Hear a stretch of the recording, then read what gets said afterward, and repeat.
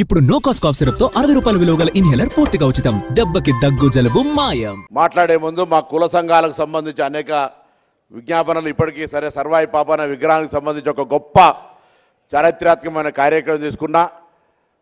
ఉపాధి వృత్తిపరంగా కొంత కాటమయ రక్షణకు సంబంధించి ప్రాణాలను కాపాడే కార్యక్రమాన్ని మనం ఆ రోజు ఇబ్రహీంపట్నం తీసుకొని నిర్విఘ్నంగా కొనసాగిస్తూ ఉన్నాం. ఇదే సందర్భంలో కొంత మోపెడ్లు కావాలని గతంలో ప్రభుత్వం హామీ ఇచ్చి అమలు చేయలేదు.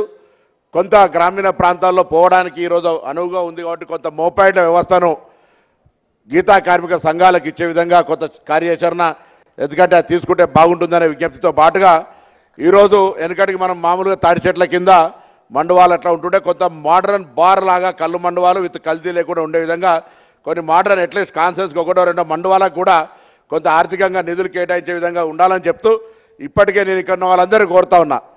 వనాలకు సంబంధించి గౌరవ ముఖ్యమంత్రి గారు చొరవ తీసుకొని 40 లక్షల ఈత మొక్కలు 5 లక్షల తాటి మొక్కల వనాల లోపల సిద్ధంగా ఉన్నాయి. మీరు ₹1 ఖర్చు చేసేది లేదు. అక్కడ ఉన్నటువంటి గ్రామీణ ఉపాధి పథకం కింద ఎక్సైజ్ శాఖ, ఫారెస్ట్ డిపార్ట్మెంటు, బీసీ వెల్ఫేర్ 4 శాఖల సమన్వయంతో రాష్ట్ర స్థాయిలో కూడా